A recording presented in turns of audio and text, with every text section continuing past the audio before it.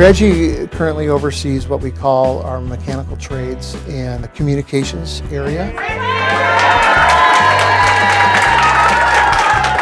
Today I'm here to honor an employee, the Classified Administrator of the Year, Reginald. And you know what's so exciting about it is that everyone agreed. Reggie perfectly exemplifies an employee and part of the RUSD family. He's someone I aspire to become. Reggie's always happy, always positive, and inspires those around him. Reggie is kind of like a legend in M&O for his professionalism and what he brings to the job. And he instills in them a confidence that everybody that works for Reggie knows that he has their back. He's a great boss, you know, he just has a lot of honor and integrity, and he just leads departments by example. They come to his office just for advice. He's sincere and a loving man. Reggie continues to have the effort to give more than 100% to all of our students. Yeah, I love what I do. I love getting up.